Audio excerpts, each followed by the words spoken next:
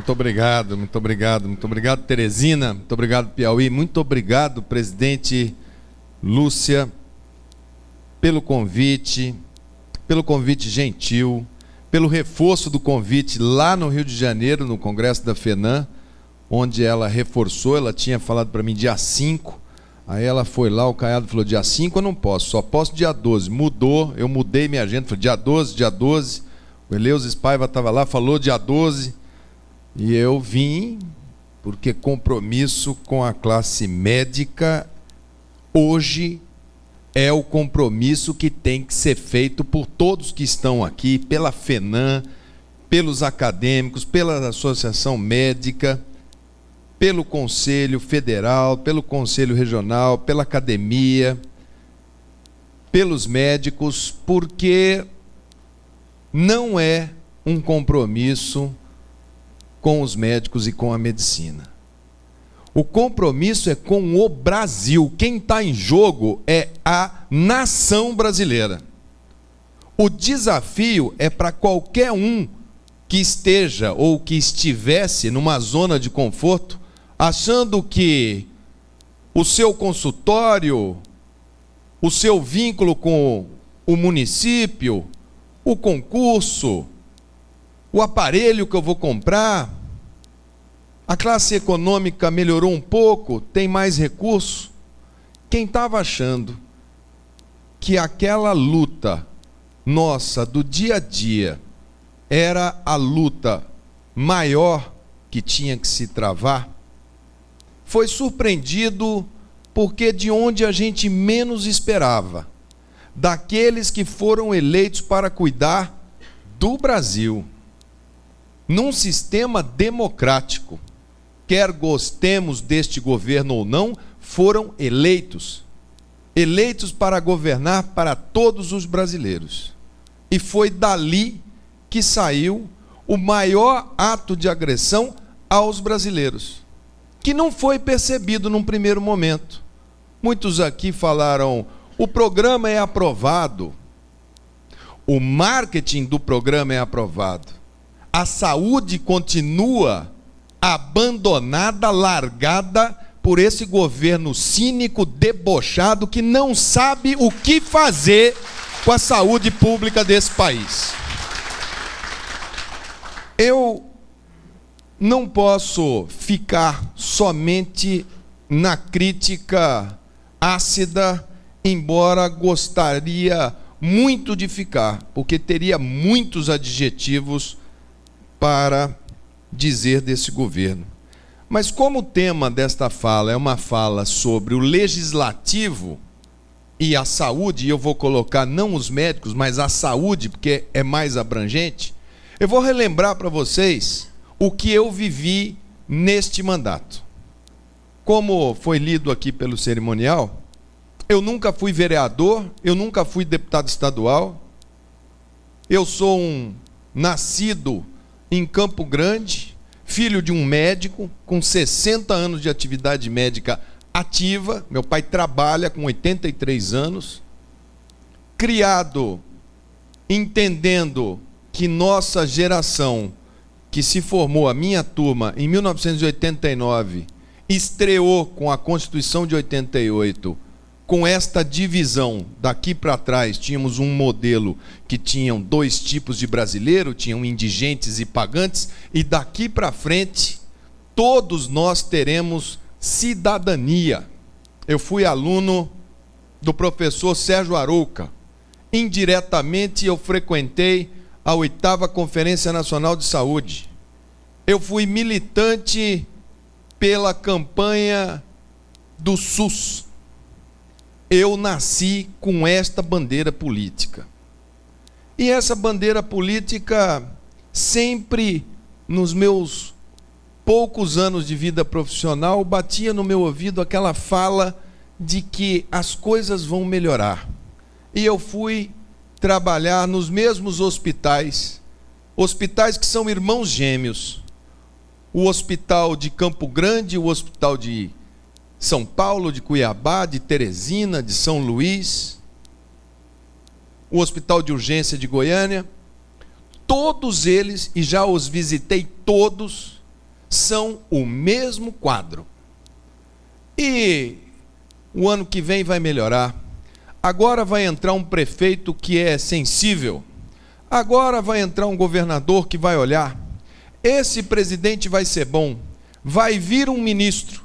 Nós sempre esperamos o salvador da pátria chegar.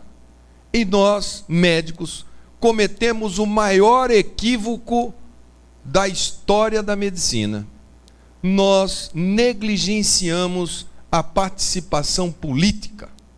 Era como se isso fosse uma coisa para ser deixada para lá. Nós somos tão bons, a medicina é tão importante, tão essencial, que eles terão que nos chamar para perguntar como é que nós vamos fazer para resolver. Então as entidades também refletiram este mesmo perfil de desatenção política. Sindicatos frágeis, associação médica perdendo o seu papel, ficando numa coisa um pouco mais social, diminuindo a densidade científica, e os conselhos se aprimorando na questão ética, encastelados, fechados dentro da análise dos processos ético-profissionais. Nós nos tornamos uma presa fácil.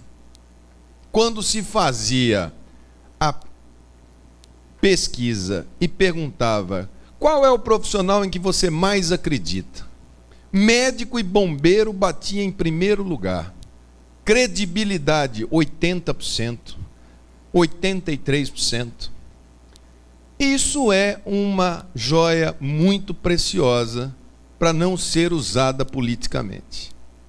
Com esse quadro, nós fomos acompanhando, talvez nosso ex-senador Monsanto aqui se lembre do episódio que no governo do PT fez a ruptura deste governo com a saúde pública. Talvez tenha sido a única derrota do presidente Lula quando o Senado da República derrubou a CPMF. Eles eram acostumados a pegar aquele dinheiro, manipular contabilmente. Chegou uma hora que eles precisavam renovar e o Congresso, o Senado falou, nós não vamos renovar. Ficou aquele clima, renova, não renova. O presidente Lula fez uma carta à noite, mandou para o Congresso, se comprometendo a não retirar nenhum centavo daquele tributo e colocar integralmente na saúde. Mas ele não tinha mais credibilidade pelo uso que ele vinha fazendo daquele recurso e o Congresso derrubou a CPMF. Daquele dia, ele decretou, então, larga a saúde do jeito que está. Eu só vou mexer o dia que esse Congresso devolver para o governo um imposto para a saúde. Daquele dia para cá, o orçamento da saúde gradativamente foi diminuindo. Isso criou no país distorções absurdas. A tabela do SUS não sofreu correção, uma tabela que já era péssima, ficou praticamente uma peça para quando os tribunais de contas forem perseguir os gestores. Uma consulta médica da atenção básica a R$ 4,10, uma consulta especializada a R$ 7,80, é o que ficou dentro da tabela do SUS. Isso provocou uma concentração dos médicos brasileiros nos grandes centros. Os médicos foram ficando em Teresina, em Vitória, em Salvador, em São Luís, fazendo um emprego, 2 empregos, 3 empregos, um plantão, um bico ali. A relação médico por habitante nos grandes centros, ela é muito alta e começou a criar vazios assistenciais.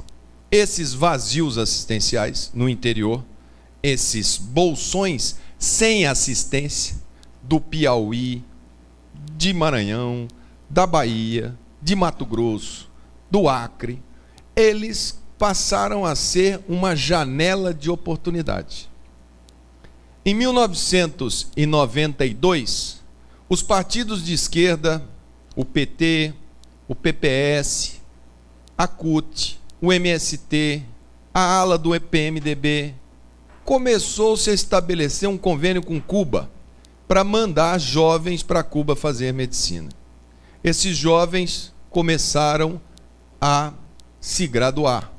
Há um site que, se vocês abrirem no Google, coloquem lá PT Rio Grande do Sul, Cuba, no Google.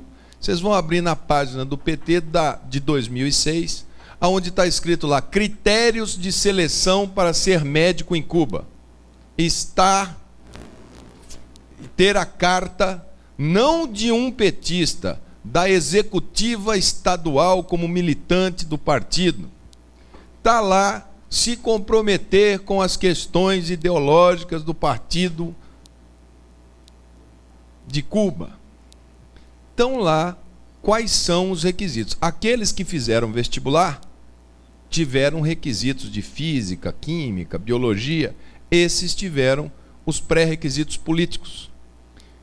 A Bolívia, aqui do lado do Brasil, percebendo que o Brasil necessitaria de médicos, começou a abrir uma série de faculdades totalmente improvisadas. Eu as visitei para ver como é que é ela.